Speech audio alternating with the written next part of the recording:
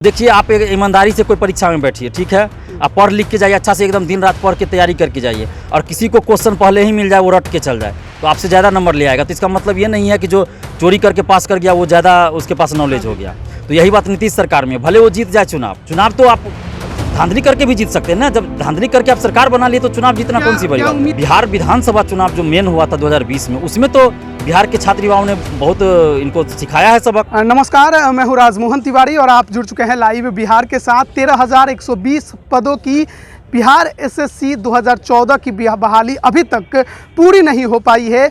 Bihar SSC लगातार दावे कर रहा है जल्द पूरी करने की, लेकिन ऐसा होता नहीं नज़र आ रहा है, और इसी वजह से छात्र नेता दिलीप ने एक बार फिर से बिहार एसएससी के खिलाफ आंदोलन का ऐलान किया है। इस संबंध में इनसे बात करेंगे। दिलीप, किस प्रकार से देख रहे हैं, क्या कुछ चल रहा है आखिरकार? देखिए, चल तो यही रहा है कि सरकार की मंशा ही नहीं है कि बिहार के युवाओं के साथ न्याय करे। सीधा सीधा ये दिख रहा है कि बिहार के युवाओं के साथ जितना हो सके अन्याय करो, उनको शोषित करके रखो, यानी कि गुलाम करके रखो, मानसिक रूप से गुलाम कर दो। आप देखिए, बीएसएससी प्रथम इंटर स्तरीय बहाली जो है वो 7.5 साल से पूरी नहीं हुई है, और उसके बाद कई बार आंदोलन हुआ तब यहाँ तक बहाली पहुँची है। अन्यथा जो हाल आज सिटी मैनेजर का हुआ है ना, 2 दिन पहले रद्द कर दिया गया है, वही हाल बीएसएससी का भी होने वाला था। और 1.5-2 साल पहले अफवाह भी फैली थी कि ये बहाली ही कैंसिल हो जाएगी, और हो भी जाती। लेकिन ये तो छात्रों को धन्यवाद दीजिए जो परीक्षार्थी हैं वो लगातार आंदोलन करते रहे, और यही वजह है कि बहाली यहाँ तक पहुँची, अन्यथा ये बहाली रद्द हो जाती। और इसी तरह बिहार महादलित विकास मिशन का भी एक फॉर्म निकला था, नीतीश कुमार जी ने बड़े धूमधाम से उसको निकाला था, एकदम ब्रांडिंग किया था अखबारों में, न्यूज में, सब जगह कि हम ये कर रहे हैं वो कर रहे हैं। परीक्षा भी ले लिया गया, और उसके बाद जब रिजल्ट का इंतजार कर रहे हैं लोग 2 साल तक, उसके बाद परीक्षा कैंसिल कर दिया गया।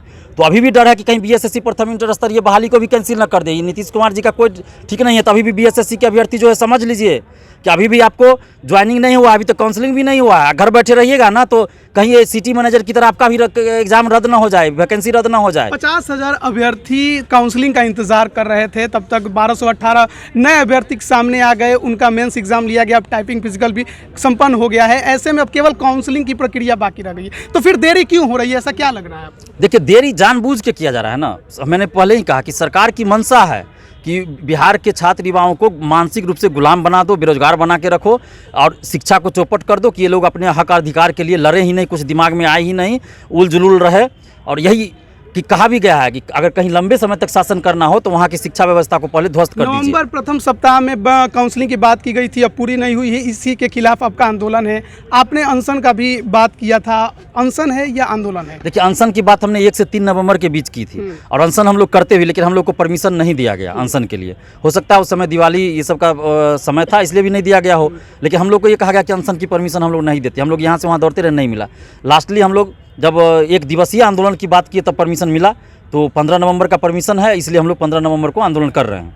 तो एक और चीज़ देखने को मिल रही है कि बिहार सरकार के खिलाफ युवाओं में गुस्सा नज़र आ रहा है, लेकिन हाल में जब चुनाव संपन्न होते हैं तो नीतीश सरकार एक बार फिर से जीतते नज़र आती है। तो ऐसे में क्या लगता है आपको कि जो युवा है वो अभी भी नीतीश सरकार से छटकना नहीं चाहता है? कि ये तो बड़े दुख की बात है। मुझे भी कभी कभी ये सोच के आश्चर्य होता है कि जब बिहार के छात्र युवा नीतीश सरकार से नाराज़ हैं तो फिर वो जीत कैसे जाते हैं। हालांकि ये उपचुनाव से नहीं कह सकते, क्योंकि ये दोनों सीट पे वो पहले से जीते हुए थे, ये अलग चीज़ है। लेकिन बिहार विधानसभा चुनाव जो मेन हुआ था 2020 में, उसमें तो बिहार के छात्र युवाओं ने बहुत इनको सिखाया है सबक। आपने देखा ही है, रैलियों में बहुत सबक सिखाया। नारेबाजी इस बार भी हुआ था, लेकिन इस बार भी नारेबाजी हुआ है, लेकिन रिजल्ट उनके पक्ष में ही आता है। देखिए, रिजल्ट पक्ष में आ जाना ये अलग चीज़ है। आप देखिए, आप एक ईमानदारी से कोई परीक्षा में बैठिए, ठीक है। आप पढ़ लिख के जाइए, अच्छा से एकदम दिन रात पढ़ के तैयारी करके जाइए, और किसी को क्वेश्चन पहले ही मिल जाए, वो रट के चल जाए, तो आपसे ज़्यादा नंबर ले आएगा। तो इसका मतलब ये नहीं है कि जो चोरी करके पास कर गया वो ज़्यादा उसके पास नॉलेज हो गया। तो यही बात नीतीश सरकार में, भले वो जीत जाए चुनाव, लेकिन जनता नाराज़ है, छात्र युवा नाराज़ है। चुनाव जीतना एक अलग चीज़ है। चुनाव तो आप धांधली करके भी जीत सकते हैं ना। जब धांधली करके आप सरकार बना लिए तो चुनाव जीतना कौन सी बड़ी बात है। उम्मीद लगा रहे हैं कि कल जो 15 नवंबर को आप लोगों का आंदोलन होने वाला है, नेताओं का कितना सपोर्ट आप लोगों को मिलेगा? देखिए, हम नेताओं की अब बात नहीं करते हैं। बिहार के नेताओं का नाम भी हम नहीं लेना चाहते हैं अब। कि किसका नाम ले, हम किन नेता का नाम ले, बताइए।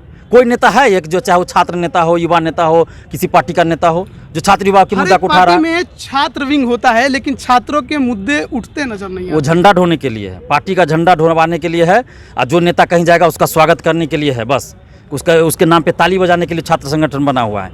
आप बताइए कि जदयू का छात्र संगठन है, जदयू का छात्र संगठन है, आरजेडी का छात्र संगठन है, बीजेपी का छात्र संगठन है, कांग्रेस का, सबका, हर पार्टी का।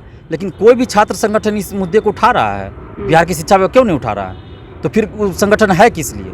और यही वजह है कि आज देखिए कोई भी छात्र संगठन है उससे छात्र नहीं जुड़ रहे हैं। आप देख लीजिए ना, कोई भी पहले जुड़ता था छात्र, लेकिन अब छात्र नहीं जुड़ रहे हैं क्योंकि ये लोग मुद्दा ही नहीं उठा रहे हैं। सब पार्टी जो कहती है, जो उसके नेता है, जबकि होना चाहिए था आप चाहे किसी भी पार्टी का छात्र संगठन है, आपको पार्टी से मतलब नहीं रखना चाहिए ज़्यादा पॉलिटिकल चीज़ से, आपको छात्र का मुद्दा उठाना चाहिए, भले ही आपकी पार्टी का सरकार ही क्यों ना हो। जैसे मान लीजिए अभी नीतीश जी मुख्यमंत्री हैं, तो जदयू का जो छात्र संगठन है उनको चाहिए था कि भले वो नीतीश जी के पार्टी के ही हैं, लेकिन जहाँ गलत हो रहा है वहाँ वो आवाज़ उठाएं, तब वो छात्र संगठन का महत्व होता है और स्टूडेंट्स भी उनसे जुड़ते। लेकिन ऐसा नहीं हो रहा है और ये बड़े ही दुर्भाग्य की बात है कि जिस मकसद से बनाया जाता है वो मकसद ही नहीं दिख रहा है। तो यही वजह, इसीलिए तो हम लोग को अब राष्ट्रीय छात्र एकता मंच बनाना पड़ा है। हमको तो कोई शौक नहीं था आंदोलन करने का, हमको शौक नहीं था संगठन बनाने का, हम तो प्रतियोगी परीक्षा का तैयारी करने पटना आए थे। अपने महाआंदोलन से पहले बिहार एसएससी के अधिकारियों को क्या कहेंगे? देखिए, हम तो बिहार एसएससी के सचिव और अध्यक्ष महोदय के खास के ये हाथ जोड़ के विनती कर रहे हैं, पैर तो नहीं पकड़ सकते हैं क्योंकि इतना हम जो है सो ये नहीं है, बहुत स्वाभिमानी आदमी हम भी हैं, क्योंकि हम गलत नहीं कर रहे हैं तो पैर नहीं पकड़ सकते हैं, लेकिन हाथ जोड़ के विनती जरूर कर रहे हैं। लोकतांत्रिक जो देश है, लोकतांत्रिक राज्य है, तो लोकतांत्रिक तरीके से हाथ जोड़ के विनती कर रहे हैं कि आपके घर में भी बाल बच्चा होगा, आपका भी बेटा बेटी होगा। जरा सोचिए कि आपके बेटा बेटी का कोई परीक्षा हो जाए और 7 साल तक रिजल्ट ना आए, उसका सर्टिफिकेट ना दे, तो आपका क्या हाल होगा? एकदम ईमानदारी से सोचिएगा, दिल से सोचिएगा अध्यक्ष और सचिव महोदय। अगर आपको लगता है कि नहीं आपके बेटे का रिजल्ट 7 साल बाद भी आता तो कोई दिक्कत नहीं है, तो ठीक है, आप इस बहाली को ले जाइए, 2030 तक ले जाइए, कोई दिक्कत नहीं। लेकिन अगर आपकी अंतरात्मा ये कहती है कि नहीं आपको तकलीफ होगा, तो फिर आप इस बहाली को जल्द पूरा कर दीजिए, क्योंकि ये को क्या कहेंगे आखिर में? और अभ्यर्थियों से भी हम यही कहना चाहेंगे कि आप घर बैठे मत रहिए, क्योंकि अगर आप घर बैठे रहिएगा तो फिर सिटी मैनेजर की तरह, बिहार महादलित विकास मिशन की तरह आपका भी वैकेंसी रद्द हो जाएगा और फिर उसके बाद आप छटपटाते रहिएगा, कुछ नहीं होगा। तो अभी समय है, आप आइए, सड़क पे उतरिए। और आपको डर क्यों है? हम लोग परमिशन भी लिए हुए हैं आंदोलन का, और आपको डरने की भी कोई ज़रूरत नहीं है। अपने हक और अधिकार के लिए हम लोग लड़ रहे हैं ना, तो डरने की क्या ज़रूरत है? तो किसी भी तरह से डरिए नहीं। और 15 नवंबर यानी कि कल आप लोग भारी संख्या में आइए और कोशिश कीजिए अपने साथ ज़्यादा से ज़्यादा स्टूडेंट्स को लेके आइए।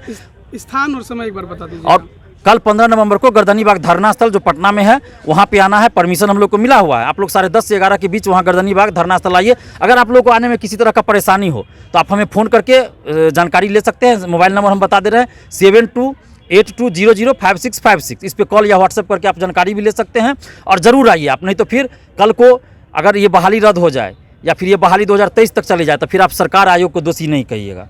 चलिए, तो ये थे हमारे साथ छात्र नेता दिलीप, जो कि बिहार एसएससी के खिलाफ इन्होंने एक हुंकार भर रखी है। 15 नवंबर को पटना राजधानी है, वहाँ के गर्दनी बाग स्थान पर जो धरना स्थल है वहाँ 10 से 11 के बीच में अभ्यर्थियों का जुटान होगा बिहार एसएससी के खिलाफ में काउंसलिंग प्रक्रिया जल्द कराने, और वहाँ पर जो अवैध अभ्यर्थी हैं जो इस परीक्षा में शामिल नहीं हो सकते थे लेकिन हुए थे, उन्हें बाहर करने और काउंसलिंग में 2.5 गुना अभ्यर्थियों को बुलाने के लिए ये महा आंदोलन कल देखने को आपको राजधानी पटना के गर्दनी बाग में मिलेगा। आप सभी का बहुत बहुत धन्यवाद। लाइव बिहार YouTube पर सब्सक्राइब और Facebook पर लाइक जरूर करें।